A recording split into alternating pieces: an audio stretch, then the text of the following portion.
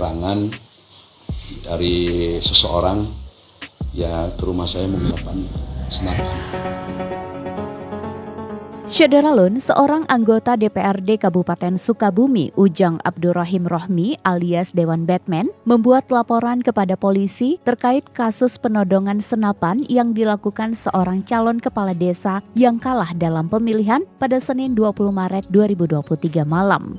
Diketahui penodongan dilakukan Abdurrahman Rohmi alias Bom-Bom, calon Kades PAW Desa Ciwaru, Kecamatan Ciemas, Kabupaten Sukabumi, di rumahnya Kampung Lio, RT 0203, Desa Ciwaru, Kecamatan Ciemas, sekitar pukul 15 waktu Indonesia Barat, Senin sore.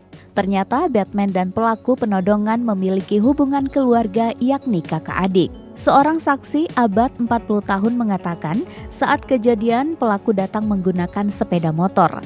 Saat itu Batman sedang berbincang dengan tamu, tiba-tiba pelaku turun dari sepeda motornya dan langsung menodongkan senapan ke arah Batman. Panik melihat hal tersebut, Batman bersama tamu dan istrinya kabur menyelamatkan diri. Pelaku pun mengejar Batman dan istrinya serta tamu yang ada di dalam rumah itu. Pelaku pun mengejar Batman dan istrinya serta tamu yang ada di rumah tersebut. Meskipun memiliki hubungan keluarga, Batman tetap melaporkan kasus penodongan tersebut ke polisi. Batman bersama istrinya datang ke Polres Sukabumi membuat laporan, diduga Bom-Bom melakukan aksi penodongan terhadap Batman karena kesal kakaknya tidak memberikan dukungan saat pemilihan kepala desa.